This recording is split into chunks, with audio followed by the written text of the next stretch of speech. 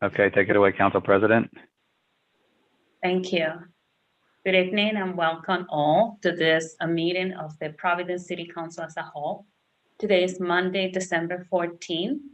And we're here for, if you remember, for the council members and the staff of the City Council. For the public that's watching at large, probably many of you have not seen this type of meeting before. So we have been doing different meetings with different topics, trying to build knowledge and also trying to transfer some of the knowledge from some of the senior members of the City Council that some of us are going to be term limited and we're not going to be around.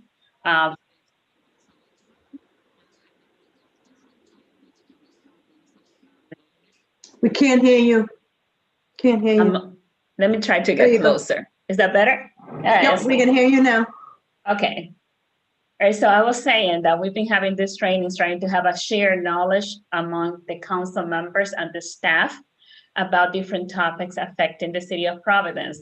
And I thought that this was going to be a good opportunity now that we're going to be on our break for the holidays to learn or to relearn for some of you some topics about leadership to help us think about the work that we're doing for the city of Providence and to think about the work that we want to get done and want to see happening in the city of Providence. I think this break can help us think and reflect on what we want to see happening. I want to acknowledge the staff of the City Council that are here with us, joining us in this training today. And I want to also thank my colleagues of the council members that joined tonight and are here to present to make sure that together with the staff, we are learning new skills. So thank you, council members, for being here. With that, I'm just gonna ask the clerk to read the first item into the record and to actually to roll the call, Mr. Clerk. Thank you. Sure, Council President Matos. Present. Councilwoman Anthony. Present.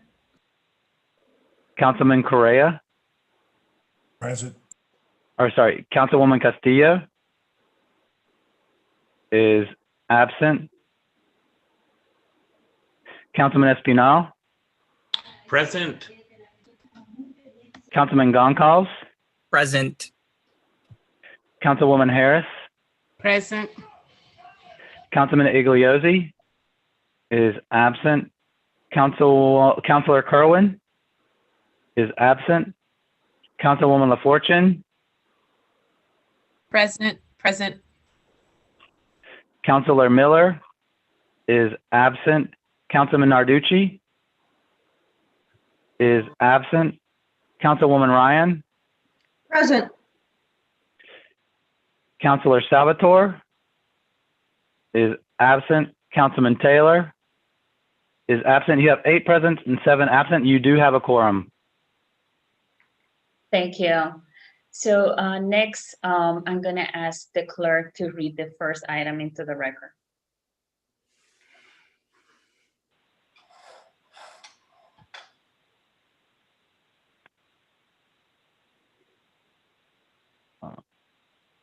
So item number 1, presentation given by Ernie Almonte on leadership topics, strategies for problem solving, collaboration, leadership models, and leading during a time of crisis. By the end of the presentation, you will be able to develop a deep understanding of the pace of change in our community, understand the risks and driving headwinds, develop a plan to lead and succeed in this ever-changing landscape, reinforce the value of diversity and inclusion in your environment, and leave with a new drive and the tools to succeed in exercising leadership. Thank you. So with that, I just want to say that I feel so honored to have the opportunity to have Ernie Almonte leading this training for us. He's been going to other states. He's traveling throughout the country when we were able to travel. Right now it's via Zoom. Doing this presentation, doing this training.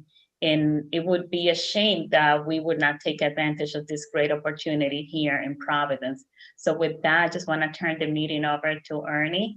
And Ernie, this is your meeting. Okay. Thank you, Madam President and members of the council. I really do appreciate this opportunity to present with all of you tonight.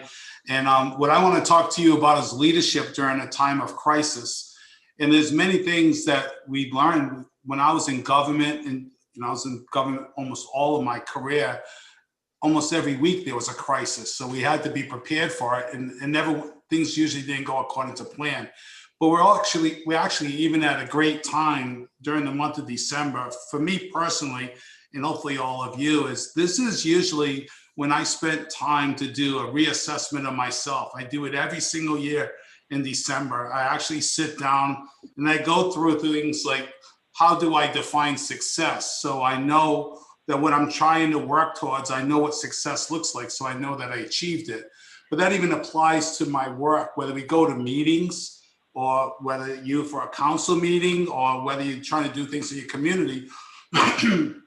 The first thing I always do is I write down how I define success. And that way all the steps are leading towards success. And then again, I know when I achieve it.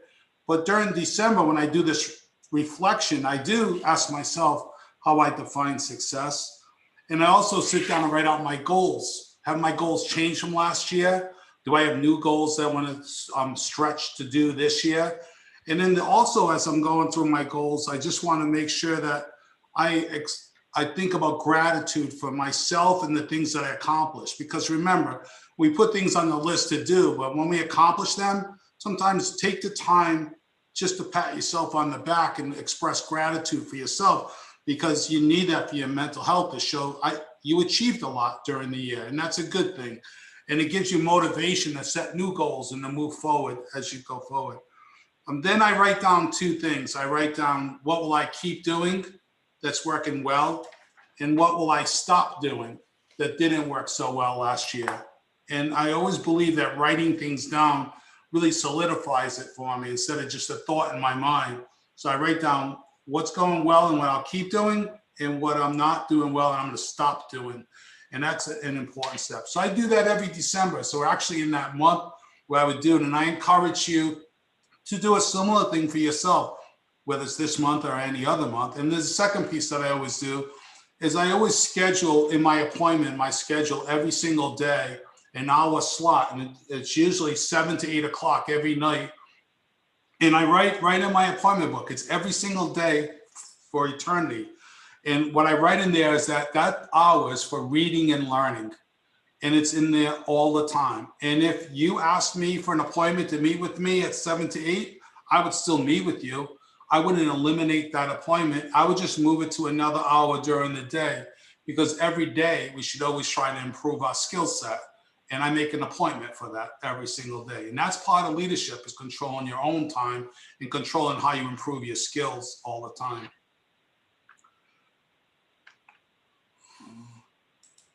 Hey, Sean, my slide isn't moving. I apologize, but it worked before we started. Can you help me with that, Sean?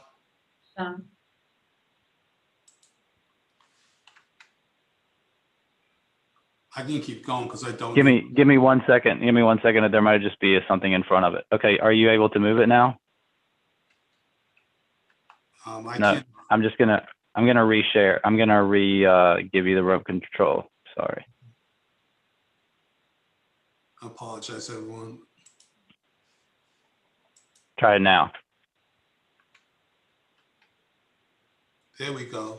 So let me back up because it jumped the gun a little bit, but yeah, that's me. So you know who I am, but you can see me anyways. And then Sean already mentioned to you what our objectives were. So I don't want to waste my time in that, but everything he said is what we'll accomplish in this. And I'm going to give you a roadmap to move forward. So I put this slide in because leadership in a crisis is many things we can do. This certainly is an option. Put your head down, cover your head up, and do nothing and hope it all blows by. But I have 5 sons, and I always refer to this when I try to tell them about leadership, that I call this a CLM. It's a career limiting move. So just putting your head down and covering up isn't leadership. That's not exercising leadership. We do have to stand up and with everything going on around us, and nothing more than this time in COVID. Look how quickly people adapted and pivoted to do something different. We moved to virtual meetings just like we're doing now, virtual training. I was traveling between 6 to 8 flights a week for work. Now there's none since February. And actually I like it. My commute time is about 3 minutes from upstairs to downstairs. So we can do a lot. And even in a crisis, our followers are looking for us to lead, not just put our head down and cover it up. So COVID-19 has changed a lot of things for us, and we're going to talk about that. I mean, it came out of the blue. No one really had a plan for this. And think about even the city of Providence, how much the council, the executive branch, and people in our community had to change. Well, there's a lot of things you have to do in a crisis. So the first thing is, like you saw my head down, is you make that decision, fight or flight. Are you going to stay here and try to fight through this and try to work towards success? Or are you just going to hope that it all blows by and that somebody else will take care of it? But that's not leadership. People are asking us to step forward, use our education, our experience, and our skills to do something to move forward. The next thing is just keep in mind that John Shedd said this, that a ship's not made to be in the harbor. It's meant to go out to sea, even in rough seas. So think about all your education, all your experience. If you just sit back and put yourself in a cocoon and you don't do anything to step out and lead, that's not leadership. I've seen people with the most incredible titles sit in meetings and you wonder why they didn't do anything. They had a beautiful title, but they didn't exercise leadership. So I always talk about leadership is more exercising leadership than a title. And by exercising leadership, I mean thinking and acting and leading people. The next thing is it's all about the followers. And when I say it's all about the followers, you know, I met Colin Powell. I worked at the Pentagon for 5 years, and I met Colin Powell, and he always talked about that. You know, you're only a leader if you have followers. And there was a study done by Gallup who said there's really 4 things that followers really want. They want trust, compassion, stability, and hope. And again, just like I have an appointment every day at the end of the day for reading and learning, my first appointment every morning in my schedule is to give my followers trust, compassion, stability, and hope. And it's really important because the only way someone will even follow you is if they have trust in you. And even Colin Powell said many times that if people have trust in you, they may follow you just out of curiosity because they already have trust in you as a person that you wouldn't just take this risky move without a plan and a backup plan. And we'll talk about that a little bit later. But the next thing about leadership in a time of crisis is understanding, collaborating, clarifying, and providing hope. And if you think about this, things are in a crisis, there's a lot flying around, a lot that has to be done, and it really disrupts your normal life.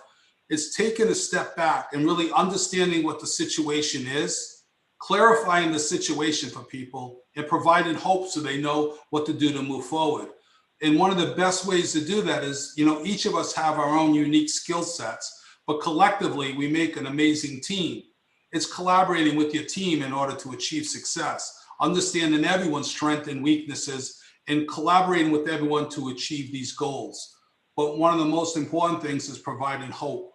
You know, when I was the Auditor General with all our staff, I used to tell the management team when they did reviews for people, we need to have courageous conversations with people. We need to tell them what they need to hear, not what they want to hear. I spent the whole career doing that as the Auditor General. But the one thing I always told the managers is at the end of the meeting with any staff, make sure you always provide hope. I don't want anyone walking out of that meeting with the tail in between the legs saying, I should just leave. I can't be successful here. We always have to provide hope and give them a plan on how to move forward, whether it's workers that work for us or whether it's our constituents in our community, is provide hope and put them on a pathway to be successful. So how do you do that? How do you come up with this pathway? Well, many years ago, and I apologize, I'm getting older now, so long ago, I don't remember who taught this to me, but I've been doing this for over 40 years. I have a process on delivering, executing on a problem. And again, not an original thought. It was taught to me a long time ago. And the acronym is called PROACT, PROACT, where P stands for problem, R stands for repercussions, O stands for opportunities, A alternatives, C consequences, and T trade-offs. So let's start with the first one, the problem. One of the most important things and where you should spend the bulk of your time is defining what the problem is. Many people look to solve the symptom rather than the problem. You need to step back and look at everything that's going on and say, what is the real problem here? And that's when you're going to drive into how to solve the problem. But what is the problem? You know, Albert Einstein said if you had an hour to solve a problem, you spend 55 minutes defining the problem and 5 minutes looking at a solution. That's how important it is to define the problem and make sure we're not trying to solve the symptom here. The next thing is the repercussions. As you can imagine with any problem, a problem has an impact, positive or negative. So when we look at repercussions, maybe that problem, the situation it caused, really is a good thing that happened, not a bad thing. So what are the repercussions? And what are the repercussions? Are they positive or negative?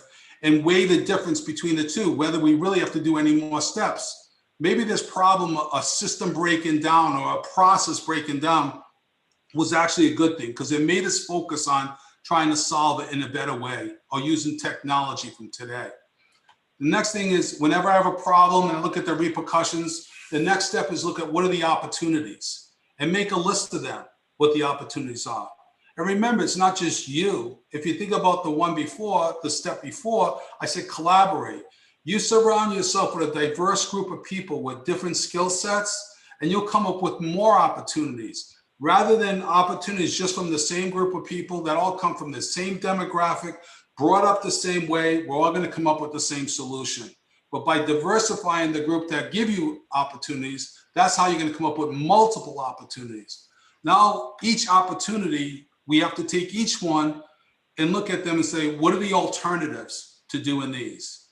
What are the consequences to doing each one of these? And what are the trade-offs? I'm picking any one of these opportunities to move forward. So when you look at the opportunities, you look at alternatives, consequences, and trade-offs.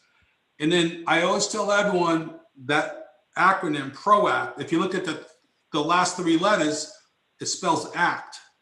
To go through all this process and then not act that's not leadership. You went through a whole process of defining the problem, looking at alternatives, consequences, trade-offs. Now you need to act on it because that's what leaders do. We act, and that's what you need to do. Always think about things that you're doing with action at the end, not staying in place. There's another model. Oh, I went too far. There's another model that I want to talk to you about with leadership too. And let's look at the definition because a lot of people have different terms, different ways they define leadership. But I like this from this study, and this is by Kouzes and Posner. Its leadership is defined as the act of mobilizing others to want to struggle for shared aspirations. So think about that. We got a bunch of people that have different things going on in their life. True leadership is getting them to struggle to find a shared aspiration and try to solve that problem. Imagine doing that. That's a leader, taking people that got a lot of other things to do and helping them to be all focused on solving one problem or multiple problems together. And how do you do that? Well, you do that by number one, modeling the way. Now, years ago when Enron took place, I remember in my profession, I reviewed all the leaders of companies, and I was rising through the ranks as a CPA at the national level. And I looked at that and I said, well, how many times you saw the people leading organizations, they spent 55 minutes or 59 minutes out of an hour talking to their employees saying, increase the bottom line, increase profits, bring in more clients, increase revenues. And as they're walking out the door, and oh, by the way, be ethical. Well, what kind of message were they giving the people? They weren't modeling the way. They were showing people that revenue and the bottom line was the most important piece, not doing it in an ethical manner. So remember, people are watching you every day. Model the behavior that you want them to do. And the next thing is inspire a shared vision. Go back to the definition. It's people that are struggling for shared aspirations. So we have to inspire a shared vision, be able to communicate to people what we're trying to achieve, what the end looks like. If you tell them what the end looks like and you tell them all these steps, people are more inclined to reach that conclusion if they know why they're doing what they're doing today. This is because we have a shared vision on what we're doing. And another piece is always challenge the process. I look at it all the time. Just because we did it the same way last year, the same way 20 years ago, doesn't make it right. There's a lot of things that have changed today. There's a lot of processes that have changed. There might be people that are doing things faster, better, cheaper, that we can put our energies in a different space. So always challenge the process. Is there a way to do this better? And then enable others to act. One of the best ways is to give people opportunities to do more in their job. So I always use this as an example. When I was the Auditor General, we'd give a certain amount of hours to do an audit. But then I'd carve out an amount of time, maybe 10 hours, maybe 20 hours. I said, in these 10 to 20 hours, you can design any test you want that you think will bring us to a better position in doing our audit. I'm not going to dictate how to do it. You just do what you think you can. So enabling others to act, they were able to come up with better solutions, different solutions, and solve problems that they saw that no one else saw. So enabling others to act. And then the last one, encouraging the heart. I really believe that people have passion. They'll work harder towards achieving the goals. And I always tell everyone, and it's true even to this day, I tell my boys all the time that for me, my work that I do, the line is so cloudy between work and play because I really enjoy what I'm doing that I don't know whether I'm playing or working. And I hope everyone gets in that position where what they're doing it from their heart and it doesn't feel like work. So encourage the heart for both yourself and for the people that work around you.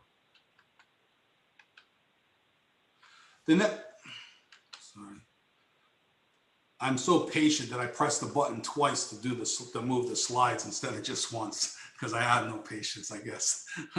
But so remember when I said in the beginning, followers, they want to know, can I trust you? Before they go down the path with you, they have to trust you. And if any of you knew me from when I was the Auditor General, I used to tell everyone how important core values are. For me, my core values are integrity, reliability, independence, and accountability. And I always say, you can hold your finger over the bottom three. The top one's integrity, because without integrity, then the words that come out of my mouth and the words in my report are useless. So we have to have integrity. So I encourage all of you, if you get nothing else out of my presentation, to spend time and write down what your core values are. They don't have to be the same as mine, probably won't be the same as mine. I hope integrity is one of them because I think that's the foundation for everything. And for me, and when I speak about leadership all across the country, I always tell everyone the person that I fear the most is a person that's incredibly bright and has no integrity. So I'm always looking to make sure integrity is part of the foundation because that sets the stage for everything else on the list that we have to do so that I trust you and that you trust me. So again, with the core values, is focus on doing the right thing every day for ourselves and our constituents, is make sure we have a code of conduct. And one of the things I do is I always try to write down or if I'm in a meeting and I look at the situation take place, is what will I stand for? And what is it that I won't stand for?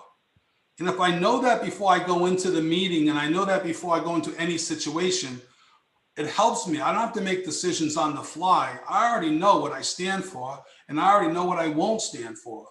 So that's personal. Then up another level, we have ethics laws. We have our own code of conduct for the city and so on. So all of these layers are on top that you do. And the reason why I put the elephant in the write-up is because I do a lot of presentations on ethics. And we have to keep in mind that if you look at the situation now, I just saw a report the other day that people with COVID and everything going on, the mental health for people, it dropped from 43% of the people who said that they had good mental health to now it's down to 34%. It's having an impact on people, this wearing on them, being at home, losing family members, losing members in the community. The elephant in the rider is used in ethics classes. And if you think about it, you have this giant elephant and this person sitting on top that's directing the elephant in which way to go, to make the right decisions, to be ethical and do the right thing every day. As you can imagine, elephant is pretty big, and that individual person is not strong enough to do this forever and ever. So we have to keep in mind that those pressures and making all those pressures is softening people in their decision-making process. And that's why it's more important than ever that we all collaborate with each other and watch out for each other and check in on each other to make sure everyone's doing fine. You know, every Friday, I go through my list and I call 10 different people every Friday just to check in on them to see, are you well? Are you doing okay? What can I do to help you? Because it is wearing on people. And I want to make sure that we have really good people that don't cave into what's going on to solve their problem in an unethical manner. And I care about them personally. But this is important to understand that there are things that wear people down, but we can be their backbone and be the back support to help them as they get through this period and other periods, because everyone handles a crisis differently. The next thing is I want to talk about change. You know, as leaders, we're trying to make change for the better. We always believe that that's what we're doing. And this is, you can look it up, like many of these things are from studies I've done over my career. It's that change is measured in 5 ways. You can look up, if you just Google it, the logic impact model, you get a deeper dive into this, which is really good. I always look at when I'm trying to make change, what is the impact of my change? And I always try to think logically. So let's start out with, if we had change, let's look at status. How we move the item to the next level towards completion. So at the end of every day, when I look at what I did for the day, all my actions, did it move us to the next level? Did it move us from starting to in the intermediate phase or to conclusion? Where are we? But am I moving the ball ahead? The second thing, condition. Have we improved the situation? So remember, we're all making decisions. Did our decision improve the situation or not? So make an assessment for yourself. Knowledge. Knowledge has an impact too, just like we're doing tonight. Have you or your audience gained knowledge? If you've done that, then you're making positive change, and it's logical that you're heading in that direction. Behavior. Have people changed their behavior in a desired direction? Again, positive trait of making change. Attitude. Have you changed the morale and the reason why people act in a certain way? So all positive things. If you think of it, if you don't think it's positive, think about making that the opposite of what we just said. And that certainly isn't something we want to achieve, decrease in morale or changing the behavior in the wrong direction. So I always keep this as a model for me to make sure at the end of the day, how I assess what I'm going to do. And at the end of the day, how I did in relation to this. Did I move the ball ahead? Did I increase people's knowledge? Did I move them to making better decisions? That's what my goal is tonight with my conversation with all of you. That's how I define success. So in this part, I always put this slide in all the time because it's not about us. Being a leader, it's not about you. It's about your followers. I'm going to say that over and over again. But in this one, the first one, this is from, there's 2 major things I learned from a dear friend and a United States Marine Corps Sergeant Major Todd Parisi, a dear friend of mine, war hero in Iraq and Afghanistan, and took his own life. And I always remember every day I think about him. I put him in all my speeches so everyone hears his name, Todd Parisi, that you hear his name and understand. But he taught me many things. But 2 major things he taught me is no matter what we do, always bring the boom. So when we look at things that we're trying to do at the city level, on the council level, or in life, what he meant by bring the boom is take every single tool you have to solve the problem. Think about him in wartime. Don't leave things in the back. Bring every weapon you have towards success and bring the boom. Bring everything so that you're successful. So when you go to work, bring all your energies, all your positive attitude, collaborate with others, make your team wider and increase your knowledge and be prepared. Bring the boom. That's what he's talking about. And the last one, and the second thing that he always taught me, and I still to this day happens because remember, I tell my boys all the time that throughout life, you will get knocked down. It's what are you going to do when you get knocked down? And Todd always used to say, just always remember, get up and step forward. Get up and step forward. You know, I have 2 black belts, and both of them, every single time in my head, from beginning to the end, I always say, get up, step forward. And that's what drives me through things, whether it's personally or in business. Because remember, you're not going to win at every single thing. Look at me. I ran for office, I lost, so don't ask me about political questions because I can't give you good advice on that. But get up, walk forward. And that's the whole thing. Don't get down. You can be mad for a little while, you can be upset for a little while, but then just get up and walk forward because that's what it is. And remember that the hero is a man who forgets himself for others. There's a lot of things I did in national positions that, you know, people to this day say, hey, you started. It doesn't matter whether I started or I didn't start it. It's incredibly successful because other people took it to a much higher level and made it even better than I even envisioned. It's not about us. It's about our followers and achieving the greater good. The other thing I want to tell you is part of what I'm going to talk to you about tonight is about the impact of technology too. The pace of change will never be as slow as it is today. And so we have to remember that our constituents are using technology to move ahead. And look what we all did since COVID started. I think we all got pretty good at using Zoom, all kinds of other programs that are out there, WebEx and other things. And I know we first started doing it with our family members. I have 5 sons. All our family meetings were done with Zoom meetings in the kitchen, talking to our family all over. It wasn't great. It's better to be in person. But look at what we could do and look at what we can achieve. And I think what we see now is so many people that work from home, the job gets done. So imagine, like, even for myself, I saved about 3 hours a day of travel time. 3 hours. So what are you gonna do with your time? So if you use that time, not just to sleep later, but to improve your skills, to add more goals, to do more things, imagine how much you achieve if you use your time in a more efficient manner. Well, the pace of change will never be as slow as it is today, and it gives us opportunities to make positive change. There's a few things about change. You should know that over the next 10 years, there'll be many new jobs that don't even exist today. That gives us an opportunity at the council level, in the city of Providence, in our state, and the whole country, to start designing an environment that welcomes people with different skill sets that could be the next generation of successful businesses. It's an opportunity for all of us to capture this market and harness that to help our own communities. So we need to keep an eye on what are those new jobs moving forward? What are the skill sets that they need? What is the environment they need in order to be successful? Now, remember, I said over the next 10 years, Bill Gates said we tend to overestimate the impact in 2 years and underestimate the impact in 10 years. Well, the reason why I picked 10 is because most people I talk to say it's going to completely change in 5 years. So you know it's going to be somewhere in between there, maybe 5 and 10 years. But imagine if we create an environment that makes it that this is the place to come to for those types of businesses, we'll be incredibly successful as we move forward.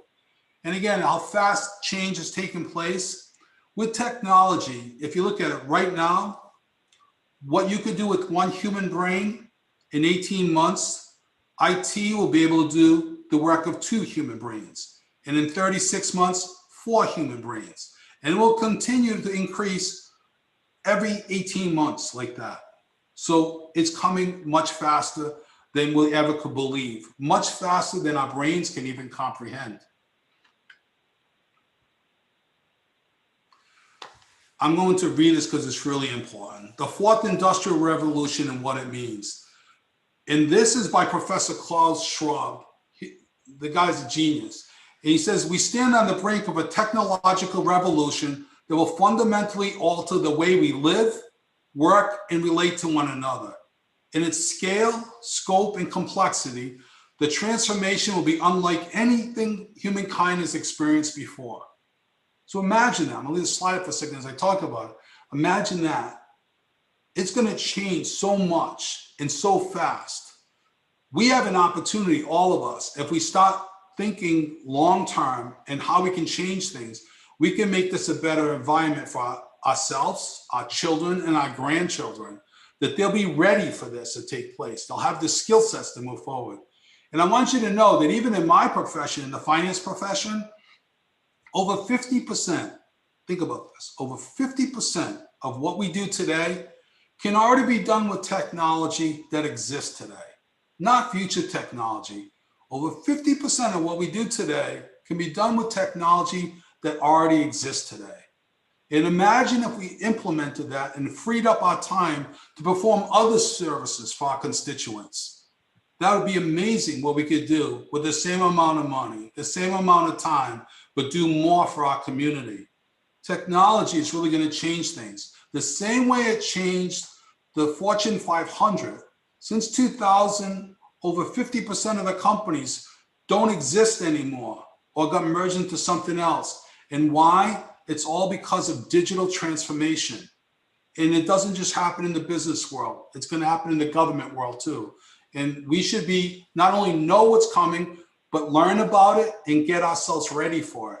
And we always talk about, I talk about people all the time like myself. I'm older. So I always say it's tougher for my generation. So if you're in my generation or older, it's tougher because we have to unlearn what we already know and learn something new. But this is an unbelievable opportunity for the younger generation because they can run right by us and learn this new technology and be ahead of us before we know it. That's how fast the change is going to take place. So I wouldn't leave you just hanging. I want to help you to get there. So what do we talk about? We talk about change versus transformation. You can see on my slide, change means continue to do something in essentially the same fashion, with only some minor variation. I go to work a half hour earlier. Maybe I go home a half hour later. Maybe I just change the way I did my work a little bit today. That's change. Transformation, when you transform something, you make whatever came before it outdated or completely irrelevant. So imagine that. That's transformation. Whatever we're doing now, it doesn't matter what we did yesterday and last week and a month before. It's irrelevant. That's just not the way we do things anymore. We move forward. And I can tell you, one of the things I work on in my business life of things is digital twins. You can make a digital twin of anything, a company, a process. Imagine making a digital twin of the process of a city, and then you could see right on there, if something goes wrong, imagine it automatically triggering, you need to send an email to all these people. You need to call these 3 people. There's 4 alternatives you need to take. And here's what happens with each alternative, and on and on and on. Imagine that already taking place, and it can be done almost like in a petri dish, how you do it. But it's a complete digital twin of your organization, whether it's business or government or whatever. It's incredible what digitizing your company or digitizing our operations or processes will do. And again, you can see here, it's the main reason why just over half of the companies on Fortune 500 disappear. You're going to see more disappear if they don't get in line to this. And it doesn't end with business. The natural transformation comes to government next. Because remember, our constituents would want it, and some of the people that get elected may come from this world, and this is what they're used to in their world, and they're going to want to see it and work in the government space. There's 3 major things I always look at that could help us be better leaders: data analytics, visualization, and automation. So data analytics, if you think about it, after 9/11, there was so much information that went to the Pentagon from all various sources, tons of information. It could fill up rooms with the information that came in. But the information has no value unless you can connect the dots from one to another. And that's what data analytics does. It takes information, it synthesizes all this information and feeds it back to you in something that's easily comprehensible and connects the dots. So you know the relationship. If A, then B. If B, then C. You see that with data analytics. The next thing we talk about is visualization. You know, we all learn in different ways. Some of us learn by watching a webcast like this. Some of us like to learn by reading. Some of us learn by actually doing things. And one of the things I always tell everyone, I use the example of my son, David, my poor son. I talked about him so many times around the world. And when I talk about this, there's 3 different ways that you can learn. And I use the example of burning your hand on a stove. So I said, the first way is you read a book that if you put your hand on the stove, you get burned. That's the best way to learn. The second way is you watch your friend put his hand on the stove and get burned, and you know not to do that again. And the third way is you put your hand on the stove and you get burned. Obviously the worst scenario of them all. I said, you're better off reading a book or watching your friend do it, and the last one is you. And then I always tell them, or you can be just like me. I read the book, I watched my friend do it, I still put my hand on the stove. Because sometimes that's what we do, because we're humans. But visualization, we all learn in different ways. Reading, watching webcasts, watching YouTube, or actually doing it. And I always felt that actually doing it, I learned a lot more by actually doing things. And the third one is automation. Automation, if you think about artificial intelligence and machine learning, is going to change things for the world, and already has, but it will continue to change it. But I'm going to use a simple example for you. Let's just say, for example, we have a personal checking account, and then every month we get a bank statement. They charge us a bank fee, maybe. They give us interest on our savings or our checking account, and we make deposits, and we make out checks. So imagine through automation, you do nothing. The bank statement comes out automatically through technology. It compares it to your checking account. It deducts your bank service charge. It adds your interest income. Oh, by the way, that deposit you wrote in for $1,900 really was only $1,500. So you have $400 less in your account. Imagine it all being done automatically, and it just sends you a report. Hey, check that deposit you made that you wrote down $1,900. It actually was $1,500. So your balance is lower. So don't make out your checks for that full amount. And, or maybe if it was a mistake, you should call that company and they made out the check incorrectly for $1,500 instead of $1,900. That's automation. Now, why do I tell you all of this? Well, I tell you all of this because I'm going to give you an example. I always talk about what do I watch and what do I do? Most of the things, that's, if you're a leader, those are the things you're always concerned about. What am I watching every day? And what do I do about what I watch every day? I put this on as an example. This is a real life situation with me. Happened to me about 5 years ago. And don't worry about what happened because I'm here today, so I'm fine. But on the left-hand side is my Apple Watch. Now, why do I have that on there? Well, I want to talk to you about visualization, data analytics, and I want to talk to you about automation. But here's what happened. Every morning, I wake up really early at 5 o'clock and I go and work out. Well, where I used to live, I got up every morning at 5 o'clock. I walked 2 miles to the gym. I worked out. I walked 2 miles home, took a shower, went to work. This one morning, the night before, someone called on an early morning appointment. Well, I'm not going to skip working out. So I ran the 2 miles to the gym. I worked out. I ran the 2 miles home. When I got home, I went to punch the code in the door. The next thing I know, I woke up, passed out cold on the deck. I woke up looking up at the Christmas tree. That happened right around now. I woke up looking at the Christmas tree and wondering why I'm on the ground looking up at the Christmas tree. Well, in the end, it doesn't really matter. I was only dehydrated. I wasn't really sick. But what happened was I was wearing an Apple Watch. And the reason why I woke up is because the Apple Watch rang and called me and said, looked like you fell. Are you okay? And because I set it up ahead of time, and it gave me answers. It said, yes, I'm okay. And you can just press that button. No, I'm not okay. Call a rescue and so on. It does that. It's amazing what the watch can do. I'm not here to sell Apple Watches, but I know they sold a lot in my speeches around the country, and I never got one from them. But here's the thing. It woke me up and it asked me if I was okay. If I did not respond because I set it up ahead of time, it would have called my wife and told her that I fell and there's a problem. If she did not respond, it would have called a rescue because through GPS, it knew exactly where I was when I hit the ground. So I walked away from that. And the next day, you get a little insight of how I think. You know, here I is, I passed out, banged my head off the deck. But I go inside the house, and when I finally figure out what happened, I start thinking about, wow, this is amazing. So if you look at that watch, I have my personal key performance indicators. I have the day, the date, the time, my next appointment, the temperature outside, the workout button on the bottom left, the phone number, and then your heartbeat.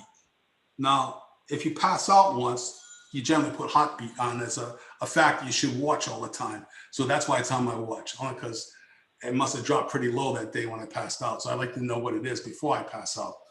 But those are my personal key performance indicators. Then I started thinking, what about us? What about all of you sitting on the council? What about anybody in business? Every single day when we wake up, don't we have things we're concerned about, our key performance indicators? If you look at a city, you know, the mayor may have a different set of key performance indicators than the police chief or the highway department or parks and recreation. So imagine every single person, including council members, including us as individuals, making our key performance indicators for work. Then imagine it being on whether it's your watch, your phone, your computer. Think about what I said before: automation, data analytics, automation, and visualization. So imagine if live streaming information that your key performance indicators are. So let's just say, for example, as a council member, say, for example, that you had 5 major key performance indicators for the city. Maybe you have 3 key performance indicators for your area, your district. And then let's say there's 2 others for the state as a whole. And imagine that it went red, yellow, and green. So red is a problem, yellow caution, green is everything's fine. And I use this as an example. I'm meeting with you and I've got my watch. Now, if you ever had one, you can slide the faces. So the first one would be my personal one. I slide it. My second one is my business key performance indicators. Or think about being the councilman, being on there. So you and I are having breakfast. We're sitting down having breakfast, and all of a sudden, I look at this and I say, well, something popped up on my watch, but it's green, so it's fine. So I can keep eating my waffles and my coffee and everything, no problem. A few minutes later, one turns yellow. I go, hang on a second. I just have to see something. But it's yellow and it starts flickering and then it goes back to green again. Why? Because I have automation. I have artificial intelligence that fixes problems, common problems that always take place, and it knows what the solution is. So the problem pops up, it automatically fixes it. So I don't have to worry about it. I can keep eating my waffles. I can keep talking to you. It's only when it turns red that I know that this is a problem, requires leadership action, something I need to do. I better act on this right now. Maybe one more sip of coffee, maybe one more bite of the waffle, but I have to go. I have to take care of this. So technology already exists today. And it's the only reason why I bring it in, to show you that there are things out there that we could do to make our job easier, to make higher level decisions. I'm gonna go through a few of these really quick because these are just tools to help with leadership. I'm not a technology class for you tonight, but I wanna just scratch the surface and let you know. So what are the benefits of technology? Well, you can scale it, you can do it, you can start doing it just in one department, then stretch it out to be the whole city, the whole state, the whole country, the whole world. That's what we mean by scale. So you do little pilot programs and then it can take off to be something big. Consistency. You think of it, it does the same thing over and over and over again, the same exact way, like following laws, like following regulations. Imagine it just reads it and follows the law and does what's supposed to happen. Every single time, the same exact way.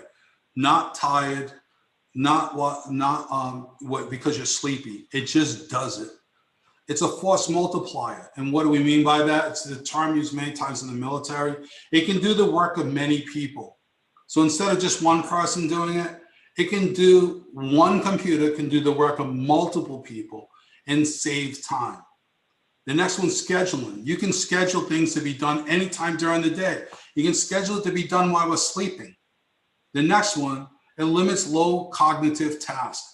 So we no longer have to do that boring stuff that, we just have to do as part of our job, but we'd all rather be doing something else. Let the computer do it and free up time. And think about opportunity cost. The time we're wasting doing it manually that could be done using with technology. Now, a lot of times when I talk about this, people get concerned about, people losing jobs and things like that. That is not what I'm talking about whatsoever. When I talk about this, I say it frees up time. So imagine if I sat down with every one of us and we sat down and said, well, if I could do something that would free up 8 hours a week out of your job, what is it that you always wanted to do that you never had time to do? And then you made a list of those things. And imagine now, given those 8 hours, you could do all those things you wanted to do. Let's go back to the beginning when I said to you, I tell my boys all the time, I hope everyone has a job like mine, where the line between work and play is so blurry, I don't know whether I'm working or playing. That's how you get to that point. You take out those boring, low cognitive tasks that you just really don't want to do, but you have to do, and you let something else do it, a machine do it. And now they use those hours to add value to your constituents, to add value to the services you're providing to your community. That's the way we should look at technology, and that's part of leadership. What are the tools out there and what are we doing? Now, as you can imagine, I have to throw in a slide like this because I have an audit background. So I'm going to do this pretty quick. So the main thing I want to show you is if you look at the organizational chart on the bottom, which is not really an organizational chart, it looks like one, but it's a process. So you pick any process in your operations. The ideal process, the left bottom in blue, is the one that we all designed. Right? We said, this is the way you start at the beginning, you go all these steps, you get to the end. That's the way it should be done. The one on the right, see all the arrows going in all different directions? That's all the people that work for us that do it the way they want to do it. And they go around the system and they don't go directly here because they figured out a workaround to get this done in what they believe is a better way to get it done. I know from being the Auditor General, I used to see some of the best laid out plans of internal controls for an organization. It looked beautiful on paper, but when we went out and looked at what was being done, it wasn't being done that way. It was being done differently. And the other example I give to you, I did a presentation, I've done several in Texas, but I did one once in Houston. And one of the people in the audience said to me, do you see the off the highway, the tire tracks that go off the highway? And you see it, if you drive down, you can see it many times. We said, wherever you drive along the highway, you see tire tracks going off the highway. That's where the people in the community tell the state where they should have put the exit, because they just drive off and go down the grass to their road. They didn't wait for somebody to put that on ramp or off ramp there. So I always think about it because I actually saw it firsthand. So that's what they tell the government where they should have put it. So the reason why I put that on there is just remember that whenever you have a process in place, you always want to check on how it's being carried out. That's the accountability part about leadership. We give people the ability, enable them to do what they want to do. Maybe their way's better than ours. We'll go out and check it, what it is, because maybe they're closer to it and they figured out a better way to do it than the way we told them. And then I always want to look at failure. Failure is going to happen. We're all not perfect. There are things we do in the best laid plans, and we still make a mistake and we still mess things up. It's going to happen. Get used to it. But I always say, and I'm not the first person, it's done in the military all the time, you always have to have a plan B and you have to have a plan C. Let's go back to the very beginning when I talk about our followers following us. They have trust in us, compassion, stability, and hope.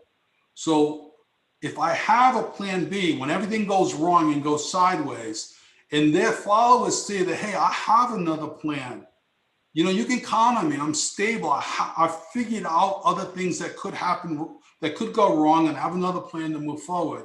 I always tell people, you are going to fail. Fail fast and fix it fast and move forward. And just acknowledge to people, hey, I did the best I could with the information I had. But a lot of times we don't get all the information. We get partial information. We have to act on what we have and move forward. And sometimes it's incorrect. And I'll talk about that a little bit later as well. But then I always talk about risk management skills. And you just spend a few minutes with me, and I look at anything you're doing, and I'm always determining what could go wrong and how you should change things or be prepared for what could go wrong. Because I've seen so much in my life. If you can imagine, in the beginning when I was the Auditor General, I'd get a call in my office and people would say something that took place. And I'm like, they did what? And then by the end of my career, when they call, I go, oh yeah, I've seen that before. I'll be down there in about an hour. So that's what happens. You learn a lot in your life. Go back to my son, David, putting your hand on the stove. And I put my hand on a lot of stoves in my career. So I have a lot of scars that help me understand what the right answer should be or what the wrong one is. But I want to talk about pressure, because pressure affects leaders as well. And it's a very important thing. Whenever you hear people talking about they're in pressure up to their eyeballs with pressure for work and things they have to do, I always remember what a friend of mine told me. If the water's up to your eyes, you can see, but you can't breathe. If you lift your head up, you can breathe, but you can't see. Both of them are not good solutions. What we need to do is lower the water, lower the pressure. So how do you do that? You do that by collaborating with others, by delegating. Imagine if you taught your staff, or you taught the people around you, and you relied upon the people around you to do some of those chores that need to get done to achieve success. It doesn't all have to be on your back. So what a leader is, not doing it all yourself. And thinking about transferring knowledge from the person in the lead to other people. When I was the auditor general, I always gave people that were rising through the ranks more opportunities. And I always say I give them guardrails so they can test to see if they're doing the right thing. But I can quickly correct them or let them learn. And the thing I always tell my boys about my grandchildren is, and it applies to work and applies to our followers as well, don't ever take away the joys of discovery. Part of the thing that we learn a lot from is by we do something, it fails. Or imagine when you do something that's incredibly successful. Do you ever see a child's face when they do that and they get it? Or even an adult that's learning something that's been struggling and finally, and you see their eyes light up and like, I get it now. Because that's the joy of discovery. You never want to take that away from someone. Give them opportunities to learn, give them opportunities to grow. Use your education experience just to help reduce the risk. So they're doing it almost like in a petri dish. They can cause some harm, but they're not going to destroy the city. But they can do some harm in a small area where they learn from it and they grow from it. I put this slide in because, remember, we're all making decisions based upon information that comes to us. All you have to do is spend a little bit amount of time with me to hear me say, how did you validate your data? You come to me and you tell me this is the problem. I always want to know, how did you validate the information that came to you? I'm not going to go through each one of these, but you can look at them. You can ask these questions all the time. Completeness, what data is missing or unusable? Because they might give you a lot of information. And me, just get to the point. I don't need all that excess information.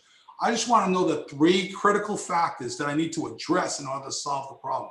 Not all of them and get bogged down in all this detail. Conformity, you're giving me things in the same manner, or you're comparing apples and oranges. They're not the same. I want to get in my information in standard information, so that in standard format, so I can make a better decision. Is the data correct or incorrect or out of date? This information you put before me that you're asking me to make a decision, is this based upon things that took place 10 years ago or last week or this morning? I need to know that in order to make a decision moving forward. So think about these things about data quality. When people come to you with a problem, remember in the beginning of PROACT, I said define what the problem is. Part of that is figuring out, is the information that just got presented to you correct? And you need to ask a lot of questions. And usually, I've seen in many studies, you ask the question why 5 times. And you just keep saying why. Think about a little kid. They drive you crazy. Sometimes you love them, but they drive you crazy. Why? Well, if you did the same thing, you actually will drill down to what the problem is and not what the symptom is. And that's what you want to do here when people come to you with a situation. So you can use any of my slides to help you moving forward. We're only working at a high level. The other thing is, I want to talk about change management. I always use an example, what happens with us, with auditors. We're only scratching the surface of what we do with analytics and automation, just the surface. But I've already seen in my career the impact it has on people. And so I always talk about how important change management is. And I like to cook, so I always compare it to cooking. So if you can imagine, if I'm making a soup, and so what happens, I put the soup on the stove and I'm bringing it up to a boil. When I'm bringing up to a boil, that's when I'm telling all of you about the changes that are going to take place from this point going forward and how it's going to get done. Well, you know, I'm looking at all your faces and I'm seeing stress. And I'm saying, okay, I'm stressing them out. So maybe they're not listening as much anymore. Maybe they're not going to be able to perform. Maybe they're not going to be able to understand what I want them to do. So now I lower my soup down to a simmer. I give you time to digest what I just told you. I answer your questions. We have robust discussions of pushing back and forth about how things might be done, should have been done, and we do that. Now when I see you're all comfortable again, I raise the temperature again. I bring it up to a boil and I give you more information to push you a little bit further towards where we want to go to reach our goal. I see you stressing out again, I lower the temperature. All of that is change management. You keep building it up, cutting back, building up, cutting back. If you just dump everything on people, they will walk away and say, I can't do this. It'll never get done because you made it such a big task, it can't get finished. So always think about change management. Tell people what the end goal is, what your vision is. Have them buy into what the vision is. This is what we're doing, heading down this path. But I have a lot of small wins built in place so that you build up morale. So like, let's say it takes 20 steps. As you do the first 5 steps, celebrate that win. It gets people motivated to move on to the next 5 steps to move forward. So think about change management and how important it is. Each one of these is a course in and of itself, but change management is incredibly important. So common barriers, what I've seen in my career, data quality all the time. Making a decision, the quality of the data that came to you is just poor. You don't know. Know-how, people that have used technology just don't have the critical analytical thinking skills to move forward. It doesn't mean it's a problem temporarily, but I always believe for me, my whole career is I can teach that. I just want to know, you ethical and you a hardworking person, I can teach you how to do any one of these things. But you have to recognize when people don't have it. And if they don't have it, I don't want to be relying on them to make decisions if they don't have critical and analytical thinking skills. So remember, it takes time, planning, sweat equity. You're gonna fail. You're gonna change all the time. Constantly change to get to the right thing. The last one I always say, and I learned this as an auditor, is that you have perverse incentives sometimes. You reward A, but you hope for B. That's the wrong approach if you're trying to reach towards a goal. So I always say I can always figure out an organization by looking at the carrots and the sticks. So carrots being how you praise people and sticks how you punish people. When you look at that, you can really determine the culture of an organization. And if you create an environment where you're always trying to help people to grow and you give them room to fail, if they fail, then you constantly give them more training and give them more help to move forward. That's a great way to exercise leadership. And again, don't take away the joys of discovery. Don't tell them how the solution is going to turn out. Let them work on it and figure it out for themselves. So what are the key things that I've learned throughout my career as I've led organizations implementing changes, whatever it may be, technology, process changes, just a different way of governing, is you have to plan for it with a strategy and have an implementation plan. It has to be in writing. You need to communicate it to people, and you have to get buy-in from the beginning. And that's where your core values, integrity. And for me, integrity, reliability, independence, and accountability. You live it every day. People know that's what they can expect from you. You have to let people know that things might get worse before they get better. It's really terrible to say, but sometimes that's just the way it works. It's going to get worse before it gets better. We have to remember that we need standards in place, and usually written standards. So everyone knows what you're supposed to do, how you're supposed to do it, and what are the ramifications if you don't do it that way. And you have to be aware of the information that's coming in. It goes back to the problem. When I'm figuring out problems, I want to make sure I can validate that information coming in. When I'm looking at alternatives, I want to make sure these are valid alternatives. They've been tested somewhere. Or is it new that I'm going to be the first one that tries it? And we have to remember that relationships count. No one knows that better than all of us in the government space. Relationships do count. We have to leverage both internal and external people working together to solve problems, because that's the way you're going to be incredibly successful. If you just operate with everyone in the same room that help solve the last problem, you're probably not going to solve this problem unless it's almost identical to what the last problem was. Sometimes you need different skill sets for different problems. Keep that in mind when you're leveraging internal and external. And I always say about start small. It's always good to do a pilot program. So we don't put the whole city at risk. We don't put the whole state at risk. We do a process. If it works and it's successful, then you build it to scale to do throughout the whole department, throughout the whole city, throughout the whole state, and so on.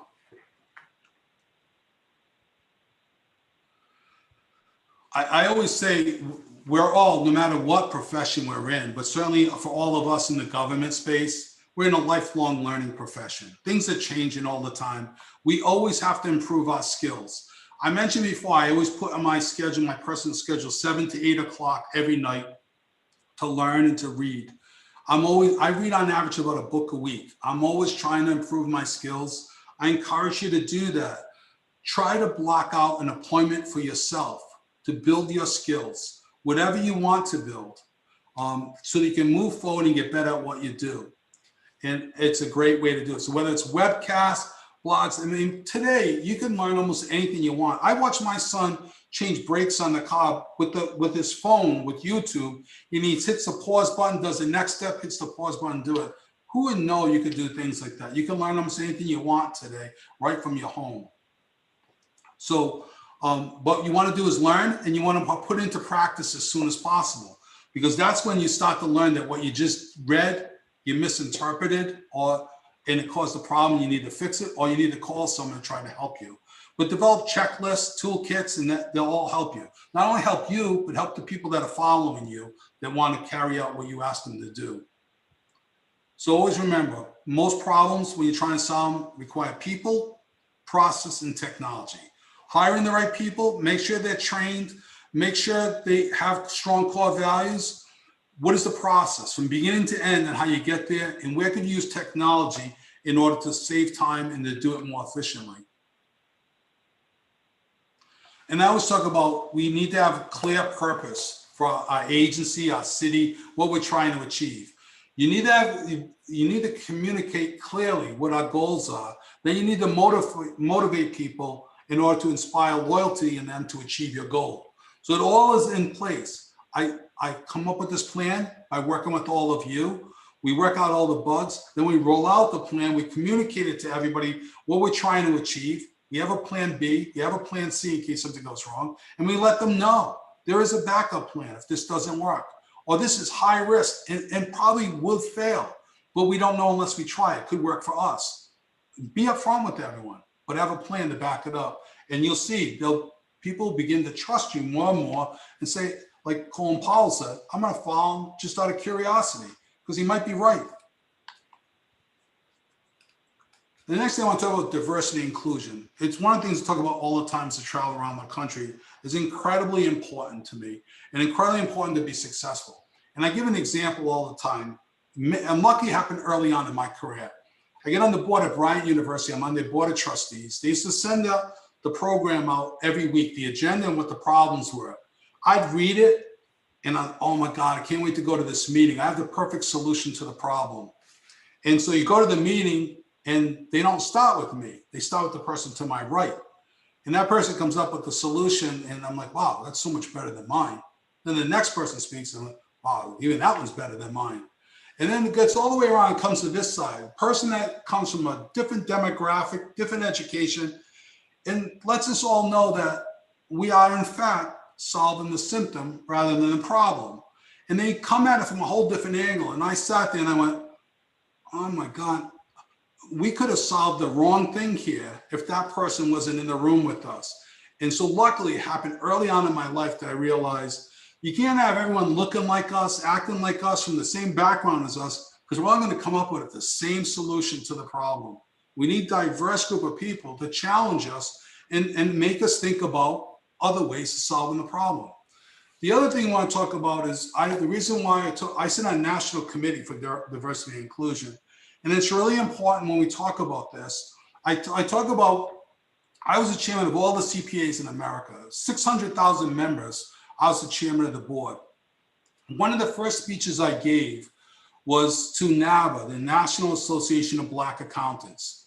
Their motto, and they know that it happened in 2008.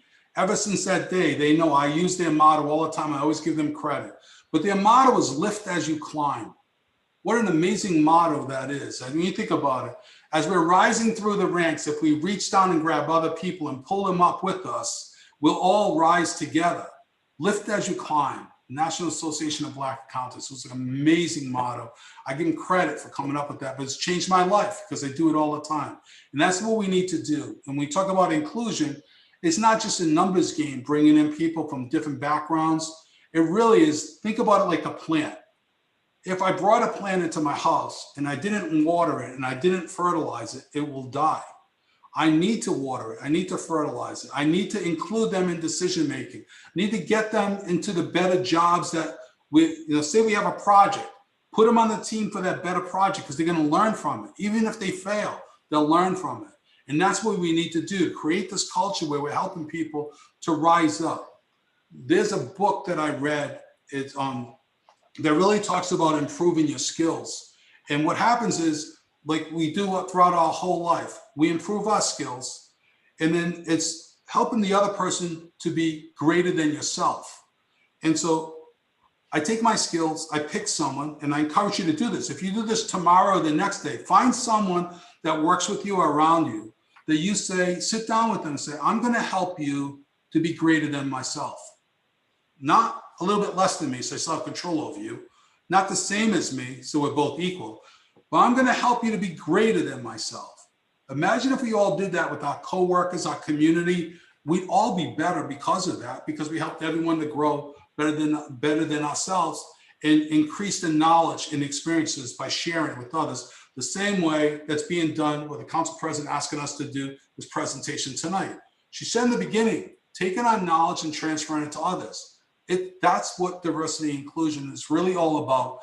In more areas than anything else is just making sure that we always help others to grow. I'm looking at the time and make sure that I cover some other things. On this one right here, it's just talking about management and human resource tips. Because when you're at the top, you have to remember the people. So it's hiring, if you look at the pie coming out, hire the right people. Make sure you do background checks. Make sure you got the right people that are there. And do they have skills to do the job? Instill in, I'm having trouble even seeing this in my eyes right now, our culture of ethics. I talked about it a few times already.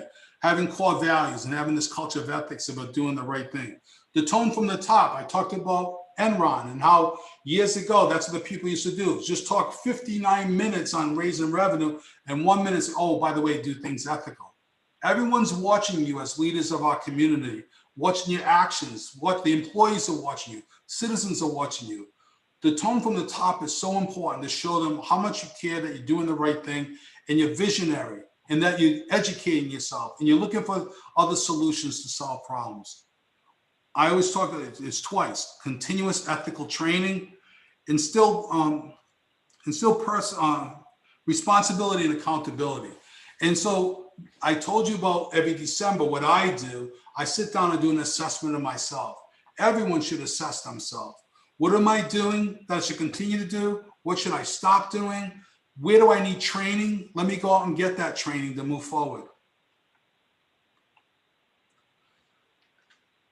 So what are the things you need as we move forward in leading a community or in any leadership, crisis or not? You need to develop these skills: complex problem solving, critical thinking, creativity. You know, whoever think like an accountant, you don't think about us being creative, but we are creative. You know, you have to come up with multiple solutions how to solve a problem. And that's why everyone, like I speak a lot of times to accounting groups, forget about that old school image of what an accountant is. You need to be creative and come up with new solutions, because the old way you did things is not going to help you. People management. I talked about change management tonight, how important that is. Realize that everyone receives information in different ways. I might have to tell you verbally. I might have to show you videos. I might have to give you a book to read. I might have to sit down and actually do the process with you. Everybody is different. Understand that when you're managing people, and communicate with them. One of the things I've seen all the time about communications, and you can look for this from this point forward when you have discussions with people, a lot of people don't really listen. They wait for you to stop talking so they can talk again. So while you're talking, they're already thinking about what they're going to say. And you'll start to see it. I know we're all been around long enough to know we've seen it, but you start to see it. But if you really want to solve a problem, stop listening to people and understanding them and think about their life. I tell my boys all the time that, if someone causes a problem, let's say verbally, they're all upset about something, cut them a little slack, because you have no idea what happened to them this morning, last night, or sometime during their life. You're seeing one segment in their life, not their whole life. And so you got to cut people a little bit of slack. And so that's an important thing to do. It's all part of people management. It's part of working with each other and coordinate with each other. So let's break down this problem to 10 pieces, assign it to different people, but hold them accountable to do their job. And obviously in today's world, like even tonight, having a knowledge of multimedia literacy is really important to get your message across. It's not that face-to-face over coffee anymore. It's this, what we're doing right now. We need to do this. And one of the things you should try to do is before meetings start, and we have to be careful because like even tonight's a public meeting, but in virtual meetings, when you have them, is tell everyone in the beginning to leave the mics open and talk to each other. Because think about meetings that we have in person. We always had side conversations going on, but that all went away now. Now in a Zoom meeting or any other virtual meeting, we just jump right into the meeting, but we don't really get to know each other. We don't get to know how people think and how they act and what they care about. But you need to take the time to do that in order to be successful in leading. I'm going to, I'm trying to rush through a few slides because I want to make sure I close with a comment and with the few minutes left. But I want to talk about mentors and sponsors. This is really important. If you want to help people around you to be successful, I believe everybody, no matter where you are, whether you're me, council president, anybody on the council, anybody listening, everyone needs a mentor. And it's important to have a mentor. And the mentor is someone that you can just lay it out for them and get their opinion on how to do things better. No judging, no anything, just pure advice and trying to help you to be a success. It's very important that we all have a mentor. I have more than one. And, so it's important to have them and just bounce ideas off them in an area that's free of getting in trouble. I don't have to, I'm exposing my weakness to you, but you're not judging me for that. I'm telling you, I want to learn to get better. So I'm telling you, and you help me. So we all need one. But then there's also a very important thing called sponsors. And I think we need to get to that next level too. And the best way I can describe a sponsor is when I put my name on the line for you. So I say, you really should work with this person. And let's use the council president as an example. You really should work with this person because I trust her completely.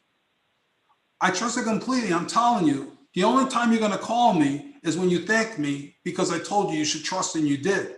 I said, that's sponsorship. Imagine that. That's more than mentoring.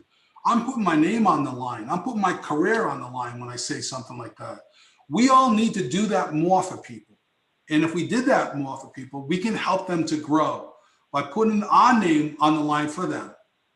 But I also tell them, each one of those people that I'm a sponsor for, and many across the country, I tell them, I expect you to do the right thing every day. Because if you mess up, then no one's going to trust me when I recommend the next person. So there's a lot I'm putting on you. I'll be a sponsor and I'll help you. But there's a lot on your back too. You need to perform. You need to do the right thing because you'll hurt me from sponsoring anyone else because no one will trust me anymore. So I'm going to close with the comment. My slides are all available for you. You can look at it. And clearly, any one of you, if you want, you can touch base with me. I'll do even deeper dive one-on-one. But I want to close with something I heard a long time ago. Again, not an original thought, but when I was a national president of all the Auditor Generals. I was at a seminar many years ago, and someone closed with this presentation, and I was like, oh my God, it had a big impact on me in my life. So I want to share with you, and hopefully it has the same impact with you. And what they did is they talked about the difference between a river and a reservoir. Now, if you think about a reservoir is a body of water that just sits there, waiting to get used until you need it. But it's just sitting there. doing nothing, waiting to be used. A river is so different than a reservoir. And if you think about a river can be narrow or a river could be wide. If it's narrow, think about it when you were making decisions. You're making decisions, say, at the council level that only affect a small group of people. Or it could be a wide river. You're making decisions that can affect the whole city, not just your district, the whole city or the whole state. So a river can be wide or narrow. A river can be shallow or it can be deep. When it's shallow, we have to make a decision sometimes. We don't have all the information. We have just a little bit of information, this much. Or it can be deep. Well, I have tons of information. But I've seen leaders, they get paralyzed. They can't make a decision because it's just too much information, too many alternatives, and they get paralyzed. You see people sometimes they go in a restaurant, they look at extensive, if anybody goes to a restaurant anymore, but hopefully you do. But you look at the menu, it's so extensive, and you say, I can't make up my mind. Well, I've seen that in life, and it happens with decision making too. Little, shallow, a few pieces of information. But if I wait for all the information, I'll never be able to make a decision. And I'll be too late. And if it's wide, if it's deep, then I have too much information. And then the last one, why a river is different than a reservoir, is it can be slow or it could be fast. So if it's slow, think about it when we're making decisions. No rush. We can make this decision. We can have a robust discussion, push back and forth on how to do things. Or it could be fast. I don't have time to wait for you. I'm going to grab you by the arm and pull you across the river. I might break your arm, I might break your leg, but I'm going to save your life. It's that type of thing. We have decisions we have to make sometimes. You just have to make them because life's at stake and you have to make that decision.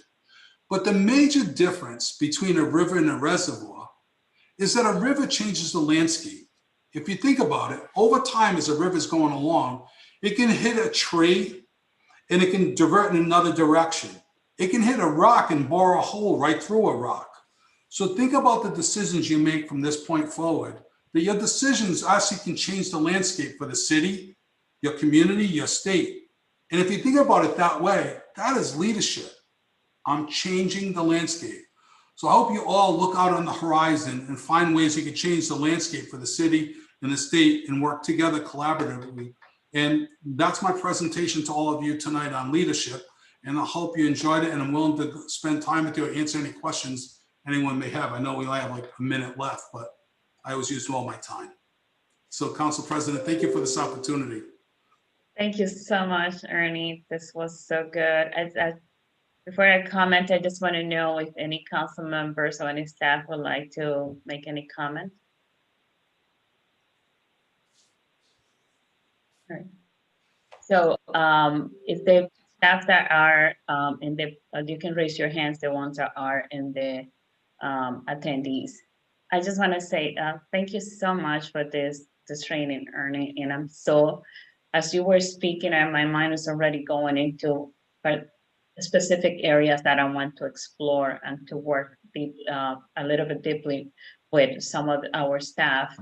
I just want to say, this is an opportunity to all our staff to think about the job that you do. It is so important. The city of Providence, our constituents are relying and depending on the job that you do in order to improve their quality of life. What we want to hear is, what are those things that what are the things that you need in order to do your job better? Because we want to be here to provide that for you. What are those things that you need from us in the city council? And also, what are the things that things that need to change? We want to hear about that. I want all of us to take this time, this opportunity, this break before we start the new year, and think about the job that we do and how we can find more joy in the job that we do. What are the things that we have to, what are things that maybe that we would like to do differently in the job that we do? And for the new year, bring back those ideas to us. What are the things that you want to see change on? And as Ernie just told us, take this opportunity to learn something new. what is something else that you would like to learn? Maybe thinking about what's going to be your next career move for the future. And let us know how we can support you on accomplishing that. And finally, just wanted to remind everyone that the job that we do is connected to one another. So the job that you're doing is connected to the job that the other staff are doing and the council members are doing. And just want you to remember that your job is very important. The council members, we are relying on you and depending on you in order to accomplish great things for our constituents. So thank you so much. I don't know if anybody else have any final thought. All right. With that, thank you so much, Ernie. So much looking forward to going deeply into different areas with different staff members. Very good. Thank you, everyone. Thank you, President. Thank you. With that, is there a motion to adjourn? Motion to adjourn. Is there a Second. second? Motion has been made and second. All those in favor? Aye. Aye. Thank you, Ernie. Thank you, Ernie. This Thank was you, great. Ernie. Thank you. You're welcome. Thank you, everyone. Thank you. Bye-bye.